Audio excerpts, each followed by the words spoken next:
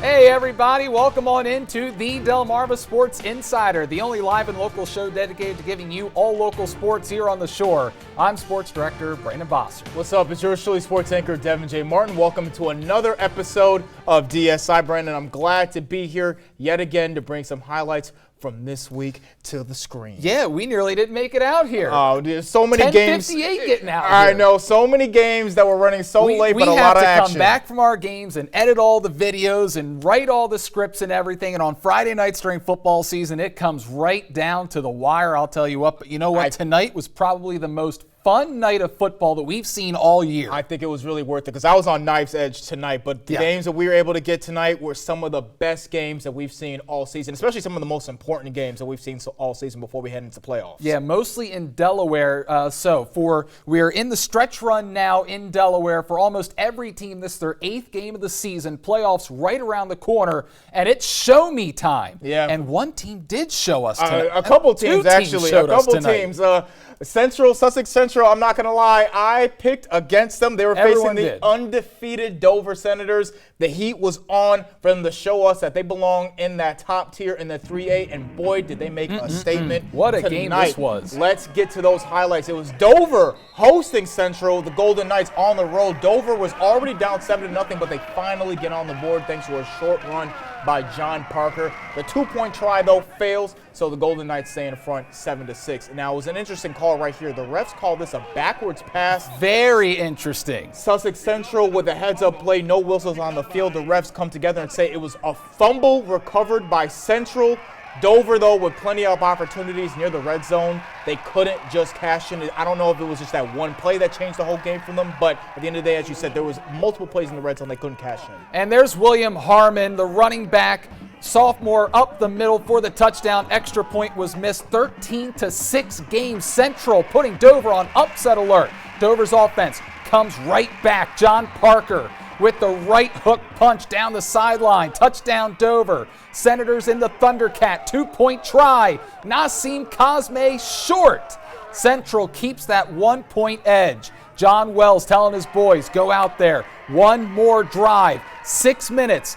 Or 50 seconds, Central would run the football down the Senators' throats. Mostly Malik Bell running to the left side, and Central runs out the clock. You got to do what you got to do to get the W, and that's what they did tonight. They win 13-12 on the road, Devin. We'll talk about this a little later. Now we got to head over to Lewis. It's another game that is very similar to that Central Dover game. It's Cape versus Smyrna. Both teams have high aspirations in the 3A. The Eagles need this win badly, but it would be Cape Henlopen that would make the first 2 moves because of that young man right there, Marquis James, had one of his most impactful games of the season. He already scored a defensive touchdown to give Cape a 7-0 lead. Then he added to his total, scoring an offensive touchdown, giving the Vikings a 14-0 score going up into half. Now, Smyrna wouldn't score until late in the 4th quarter on the goal line. They have to do a trick play. Brandon West dives in towards the end zone and breaks the plane.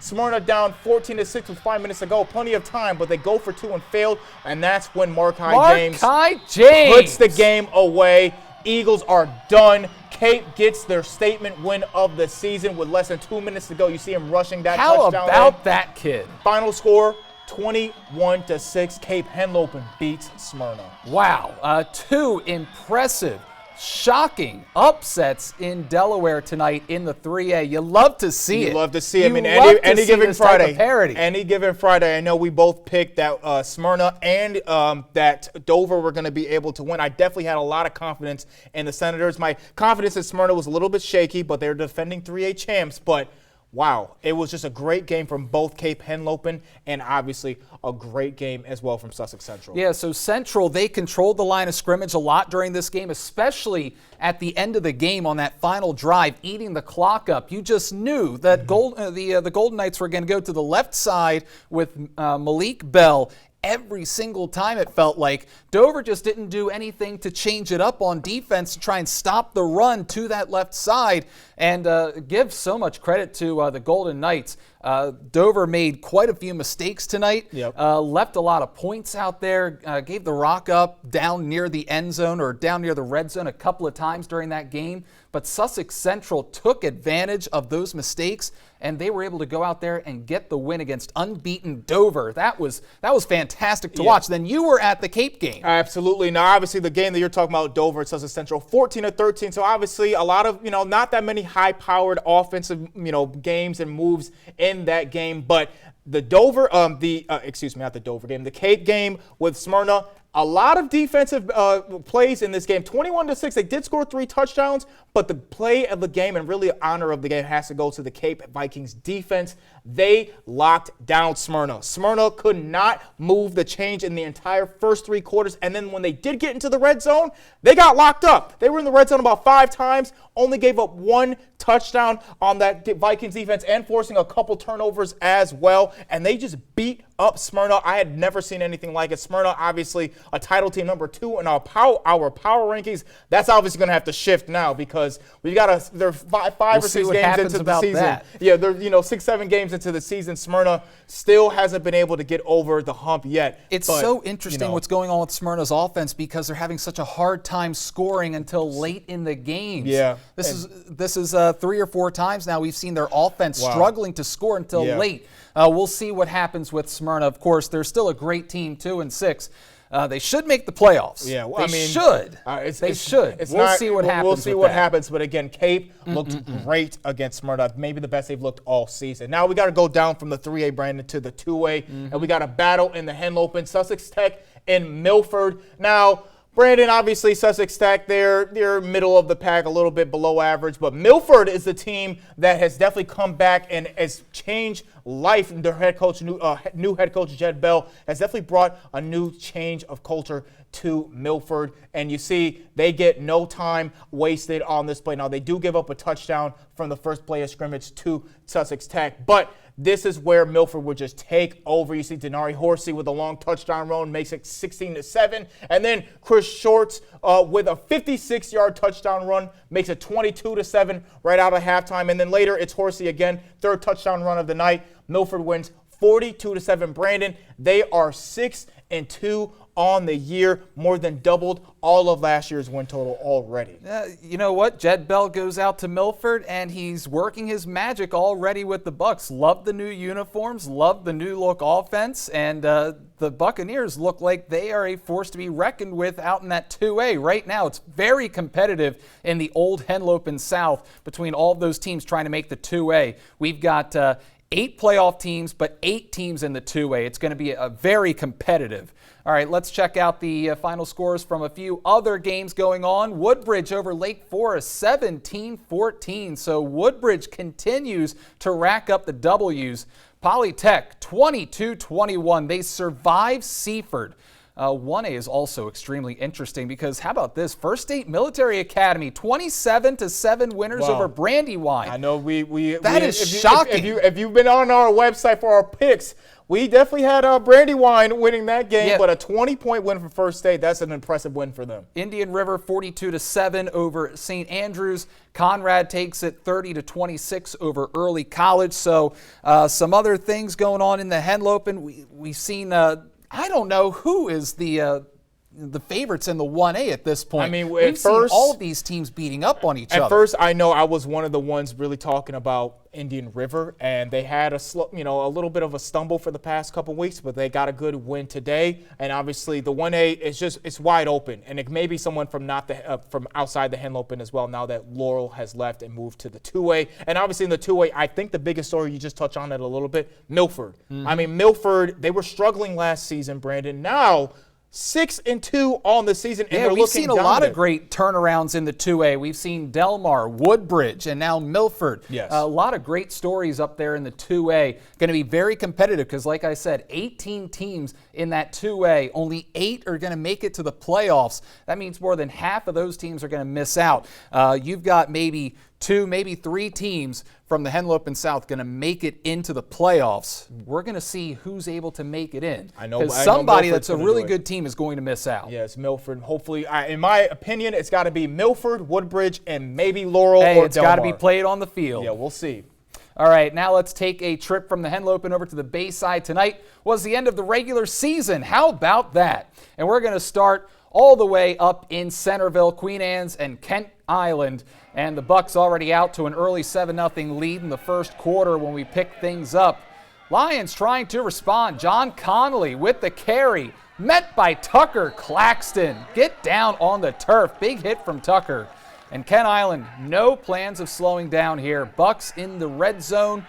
Shane Badargas plowing through the defense like a madman there. Kent Island already out to an early 14-0 lead, still in the first quarter. Now, anything that could go wrong for the Lions tonight did go wrong. The red zone, they were in the red zone, but it was no dice. Fumble on the play, the Bucks recover, and then the Bucks make another trip to the red zone for them. This time it's Nathan Green getting in on the action. He gets hit, and he gets it for ease, runs it in for 6, but it wasn't just the offense that showed out. The Lions all the way back in their own end zone. Jackson Towers smashes into Lance Arnold.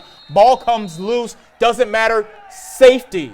That's a safety. Kent Island closes out the regular season with a statement win over their rival Queen Anne's. Final score 30-0. Now we're going to head over to Decatur. Brandon, I don't want to spend too much time on the Seahawks. We already know what's going on with them. They're pretty fantastic. That's what we know. Parkside Rams, not pretty fantastic, but they've been pretty solid. But fantastic versus solid, you know who's going to come out on top. Opening drive, Decatur, Jamie and Purnell teammates call him Jim JP. Takes one to the house, 42 yards. That made it 7-0. Bryson Coleman, finding number 3, Gavin Salito on the slant. 73 yards for the touchdown, 14-7 Hawks. And then Bryson Coleman again finding Sakari Baker behind the defense for the touchdown, 29-7, and it's only the first half. Yeah, this Decatur offense is absolutely legit, and we don't talk about Gavin Salito enough. He's a great slot receiver. Well, they have so many weapons that it's almost impossible to give enough shine to the right players because you got Bryson Coleman, you got David Chandler, you got Kareem Bolden, Tribe Wise, a lot of players that are really good for Decatur. They end up destroying the Parkside 50-14. And now let's move on to a game that took place last night. The Y-High Tribe wrapping up their first season under head coach Matt McMurdo with a 21-7 win over Bennett. Jordan Heyman setting the tone early with a 45-yard touchdown run for the Tribe. No Zakai Smullen for Bennett last night, and the offense suffered. Y-High losing a lot of explosive playmakers from last year to graduation on offense. They go 2-7 this season, scoring just under 10 points per game, while Bennett making big strides, 3-6, just over 21 points per game so far this season. So two programs moving in opposite directions, but now we get to see them in the postseason. Yeah, we will see how that goes. Good win for the Tribe. Obviously, Brandon, we got some other games that happened from the Bayside this week as well. Yeah, last night, Nandua 33-0 winners over Washington. Cambridge South Dorchester 13-0 over Easton, where we saw the game was called in the third because of disturbances in the stands in that game. Very interesting stuff. North Caroline 35-0 winners over Colonel Richardson. Snow Hill 47-6 winners over Kent County. So anything to wrap up the Bayside tonight? Yeah, Final game of the regular season. Yeah, a lot of games that are done, and we're going to see how and who is going to step up in the playoffs. Obviously, all of our eyes are on Decatur, and maybe Kent Island can make some noise as well. Outside Decatur, who do you have going far?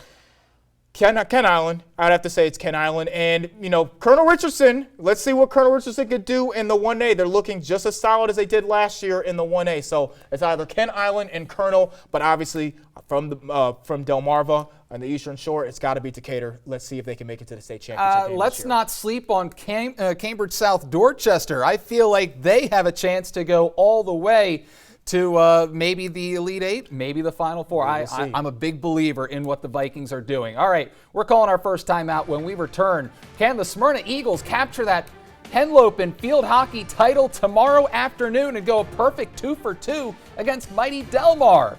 Well, we'll talk about that next on DSI. Hi, my name is Mike Judy. I'm the head football coach at Smyrna High School, and you're watching Delmarva Sports Insider.